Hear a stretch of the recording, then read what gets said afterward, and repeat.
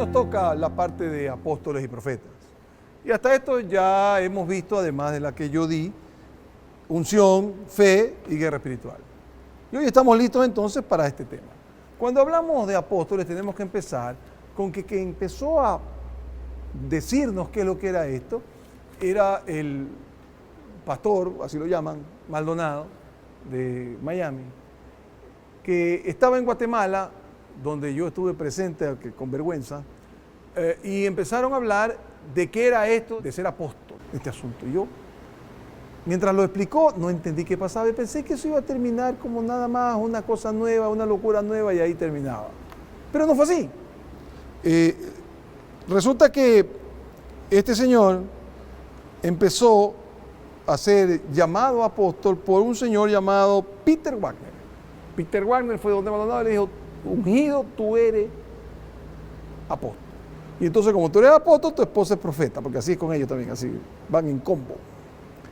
Entonces, Peter Wagner, a su vez, una profeta, también le dijo a ella que ella iba a ser apóstol. Y finalmente se reunieron en Costa Rica y se autonombraron todos apóstoles y profetas. Y dele, ya empezamos. Nombraron ellos a los que creían que debían creer, y así arrancó el movimiento del apóstol y los profetas. Lo que nos dicen es lo siguiente: nos dicen primero que Jesús y la Biblia instituyeron los 5 ministerios. Nos han contado esto de los 5 ministerios 1000 veces y lo vamos a comentar al final, pero ahorita nos dijo pues que eran apóstoles, profetas, evangelistas, pastores y maestros, que eso era lo necesario. Entonces, para ellos, dice ellos, el fundamento de la iglesia son los apóstoles. El problema que tenemos es que por 19 siglos la iglesia no se enteró. Porque los apóstoles se murieron en el siglo I y hasta el siglo XX nadie más habló de que eran necesarios los apóstoles y que eran fundamentales y que sin ellos no se podía tener, sin apóstoles y profetas no se podía tener la iglesia. Por tanto, la jerarquía de la Iglesia Universal debe basarse, según ellos, en apóstoles y profetas. Sin ellos no hay iglesia. Entonces, es como que se hubieran formado una propia jerarquía católica romana, sino que en este caso nuestra. Así como ellos dicen que hay papas y cardenales y así, una por otra, nosotros también tenemos supuestamente, pues después de Cristo, no es que tenemos todos nosotros, sino que aquí hay pues apóstoles, profetas, y ahí vamos caminando hacia abajo como que hubiera una jerarquía nueva. Así que el señor Maldonado dijo lo siguiente, para que usted lo tenga claro: el apóstol hoy en día debe poner fundamentos doctrinales en las iglesias, y los pastores de la misma deben seguir esa misma línea. O sea, yo tengo que seguir lo que el apóstol dice, chao. El apóstol está por encima del pastor o anciano de la iglesia y la dirige. Este hombre es el segundo papa sin ningún problema y sin ponerse colorado. El apóstol tiene un entendimiento mayor que el pastor, ya que este no ve más allá de las 4 paredes del templo. Mientras que el apóstol tiene visión de reino. El apóstol es el que dirige, es el que va adelante, uniendo los 5 ministerios. El apóstol tiene mayor autoridad en el espíritu. Dios mío santo. El pastor solo piensa en su iglesia, mientras que el apóstol piensa cómo vamos a tomar la ciudad de Santo Domingo. Y dije Santo Domingo porque este asunto lo estaba hablando en República Dominicana, no era en Guayaquil, no era en Ecuador. Tenemos que pegar, nos dice, a los apóstoles, porque los apóstoles tienen el acceso a la abundante revelación del Espíritu de Dios. O sea, el resto somos unos giles perejiles. No servimos de nada. O me pego a este hombre, o yo no estoy en nada. Y la gente les cree. Porque lo peor no sería que lo dijera. Lo peor es que la gente les cree. Ahora veamos a otro, un señor Ronnie Chávez. Ronnie Chávez dice lo siguiente: hay una nueva estructura apostólica que deben ser levantadas en las naciones para que a través de la misma los pastores y líderes sean enseñados a orar como conviene para atar poderes demoníacos. Es necesario establecer el orden apostólico para desplazar y anular el gobierno de Satán. Sin los apóstoles estamos terminados. Satanás nos gobierna. Los apóstoles tienen diversas medidas de unción y brindan cobertura a ministros e iglesias. Ellos son padres, se refiere a los apóstoles, y traen la paternidad de Dios a la iglesia, su protección. Esos señores nos protegen contra cualquier cosa que pueda suceder. Sin Él, estamos fregados. De ahí nace, por ejemplo, así nace el asunto de la paternidad. Yo no sé si usted ha oído esto, de que todos somos hijos espiritualmente de aquellos que están aquí. Cuando yo era muchacho, cuando empezó hace más años de lo que debería, mi padre espiritual era aquel que me había llevado a conocer el Evangelio. Y yo lo respetaba y lo amaba, pero no era mi jefe, ni mi dueño. Pero ahora no. Ahora, si tú eres el padre espiritual, tú tienes que darle a él total devoción. Lo que él dice es, y si te vas de esa iglesia, te caen los 7 demonios de Tutankamón. No te puedes ir, tienes que quedarte aquí. Esa paternidad la nacieron con estas cosas. Esta gente que dice cualquier cosa de cualquier forma. O lo hacemos como él dice, o yo estoy en nada.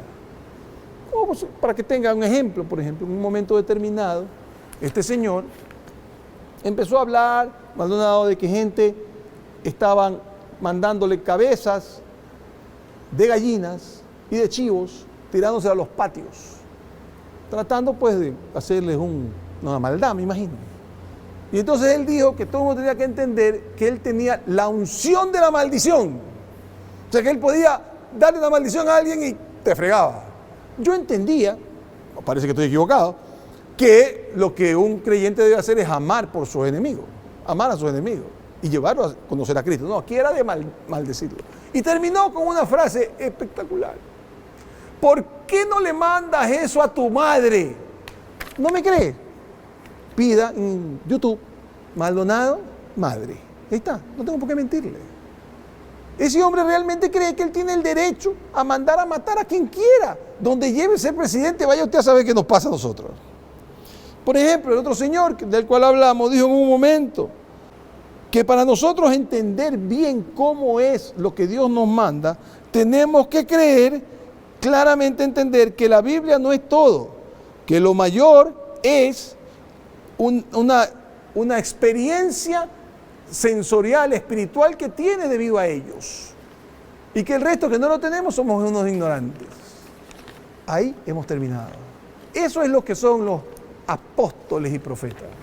No son más que personas que están mintiendo de una manera y de otra. Así que, ¿qué nos dice la Biblia acerca de esto? Un apóstol es un testigo presencial del ministerio de Cristo. Ser apóstol es ser enviado. Y esa es la forma como se hizo cuando tuvieron que reemplazar a Judas, que ya estaba muerto, y nombraron a Matías. Y él estuvo ahí. Él no tuvo un gran acontecimiento, y poco a poco parece que, no es que parece, sino que Cristo nombró a Pablo. Y el 12º apóstol más pareciera ser Pablo que Matías. Pero usted tiene que entender que en todo momento él siempre estuvo con la vergüenza de saber, yo seré apóstol. Porque él pensaba que 2 cosas él no cumplía, o por lo menos una de ellas. ¿Qué son estas? Todo apóstol tenía que ser nombrado por Jesús. Tenía que haber estado con Jesús en el siglo I. Nada, hasta el siglo XX, nadie más se nombró. ¿Por qué? Porque obviamente pues, no había necesidad de hacerlo. No había nadie. Ya los nombrados por Jesús estaban muertos. De manera que tú habías tenido que hacerlo. Y Pablo decía, yo no estaba vivo con Cristo acá. La segunda cosa es la diferencia entre el don y el ministerio. Realmente, el ministerio realmente es ser misionero. Es decir, cuando usted usa el apostolado, es porque está yendo a evangelizar y crear nuevas iglesias. Eso realmente es un ministerio de apostolado, pero no es el don. El don terminó. ¿Cuándo terminó? Cuando los 12 se murieron. Ahí se terminó el asunto. Usted tenía que haberlo conocido y tenía que haber estado vivo durante el tiempo de él. Si no, usted no puede ser apóstol, así usted le diga lo que quiera. Y finalmente, un profeta es el que anuncia. Pero el problema que tenemos, nosotros creemos que el profeta es alguien que tiene que ver hacia lo que viene. Yo tengo que hacer ejemplo de lo que viene. No, señor. El anunciador es una persona que anuncia lo que ya sucedió. No es de adivinar. Solo el 2% de toda la Biblia, de lo que tiene que ver con profetas, es sobre algo que vendrá. El resto es pelear por la ilegalidad y por la injusticia que llevaban los gobernantes en ese momento. Esto no es de adivinar, como un señor que se llama Brian Carn, usted puede verlo. Se pega adivinando lo que usted puede y lo que no pueda. ¿Y qué es lo que dice? Para que se cumpla usted tiene que orar. Si la gente no ora suficiente es que no se cumple la profecía. Así es fácil. En el Antiguo Testamento te caían a piedrazos por mentiroso, como este hombre que anunció que un terremoto se iba a dar en México. No sé por qué a nosotros nos interesa orar para que el Señor le dé un terremoto en México. Hay que estar loco. Y probablemente usted se acuerda todavía cuando el presidente Correa estaba entre nosotros. ¿Se acuerda que hubo una señora que se lanzó a presidenta? Porque un profeta le dijo que él iba a ser presidente. Mírenlo en el YouTube. Otro ecuatoriano le dijo que ella iba a ser la presidenta porque Dios se lo había mandado. Y se lo dijeron en 2 sitios distintos. Y quedó última. Cuando quedó última, ¿qué pasó? El pueblo evangélico no había orado suficiente. ¿Cuánto es suficiente? Entonces, examinemos juntos los siguientes pasajes. Primero, Efesios 4, 7 al 13 dice lo siguiente. Pero a cada uno de nosotros se nos han dado gracias en la medida en que Cristo ha repartido los dones. Por eso dice, cuando subió a lo alto, llevó consigo a los cautivos y dio dones a los hombres. ¿Qué quiere decir eso que subió? Sino que también descendió a las partes bajas, o sea, a la tierra.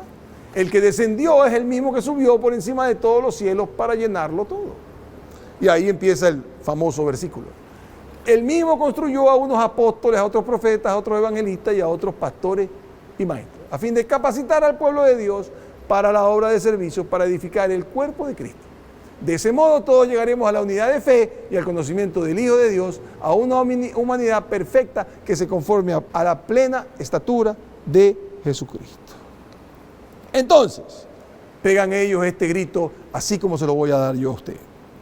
¿Hemos llegado a la unidad de la fe? No, ¿verdad? Entonces seguimos necesitando los 5 ministerios, porque todavía no hemos llegado allá. Así que podemos seguir hasta cuando vengan. ¿Así? ¿De dónde lo saca? Déjeme contestar eso con otro pasaje bíblico. Ahí mismo, en Efesios mismo. Un capítulo anterior. Y dice lo siguiente en el versículo 20. Edificado sobre el fundamento de apóstoles y profetas, siendo Cristo Jesús mismo la piedra angular. Ahora, usted probablemente no es arquitecto, yo tampoco. Usted tiene que entender cómo se construye. No es tan difícil. Lo primero para usted construir un edificio, lo primero es que poner las piedras angulares. Las piedras angulares. Y después de ello usted va poniendo el fundamento hacia arriba. Entonces, si la piedra es Cristo y del fundamento vienen los apóstoles y profetas, ¿cómo es que vuelven de nuevo? Porque si no va a ser una construcción medio rara, ¿no? Tiene Cristo, los profetas y los apóstoles que ya estuvieron, y después todo lo demás hasta que vamos creciendo el edificio de la iglesia. Pero según ellos, yo hago la piedra angular, el fundamento, a todo el mundo, y después en el siglo XX vuelvo a poner otro fundamento allá en alguna parte. Se le va a caer el edificio. ¡Qué locura sin nombre! Por lo menos para mentir, tenga lógica de lo que dice. Mire, por ejemplo, en Apocalipsis 2, 1, 2, están hablando de la iglesia de Éfeso, casualmente a la que le escribe Pablo sobre precisamente estos versículos. Y mire lo que dice. Dice, escribe al ángel de la iglesia de Éfeso, la misma ciudad. Esto dice el que tiene las 7 estrellas en su mano derecha y se pasea en medio de los 7 candelabros de oro. Conozco tus obras, tu duro trabajo y tu perseverancia. Sé que no puedes soportar a los malvados y que has puesto a prueba a los que dicen ser apóstolos, pero no lo son. Y han descubierto que son falsos. Aquí hay 12, reemplazaron al 12 por otro y cuando Cristo se fue, se terminó esta vaina. No hay apóstoles más. Por 19 siglos la iglesia creció y soportó persecuciones sin necesidad ni profeta ni apóstol. Y así termina en Apocalipsis, cuando está hablando, viendo, tiene una visión de lo que vendría el cielo, lo que sería el futuro, lo que sea la visión de dónde está Cristo al final. Y dice lo siguiente, dice, la muralla de la ciudad tiene 12 cimientos, en los que estaban los nombres de los 12 apóstoles del Cordero. ¿Cuántos son? 12, no son 18, no son 54. No es que aquí están las 12 y después más allá en otro edificio hicieron otro para las nuevas, las que están ahora aquí. Por supuesto que no. Eso no soporta la menos lógica. Lo único que yo quiero hacer, cuando quiero que la persona viva para apóstoles y profetas, es tener poder, diciéndole a la gente que ellos te pueden decir lo que tienes que hacer porque ellos mandan y ellos hacen lo que ellos deciden y tú no eres más que un esclavo en medio de la libertad que Cristo te dio. Por eso tienes que discutir y tienes que pelear, porque el apostolado, el ser apóstol y ser profeta, no es sino un invento más de gente que busca tener poder y tener un montón de esclavos detrás de él. Cristo me dio libertad y por eso no aceptaré nunca ni profeta.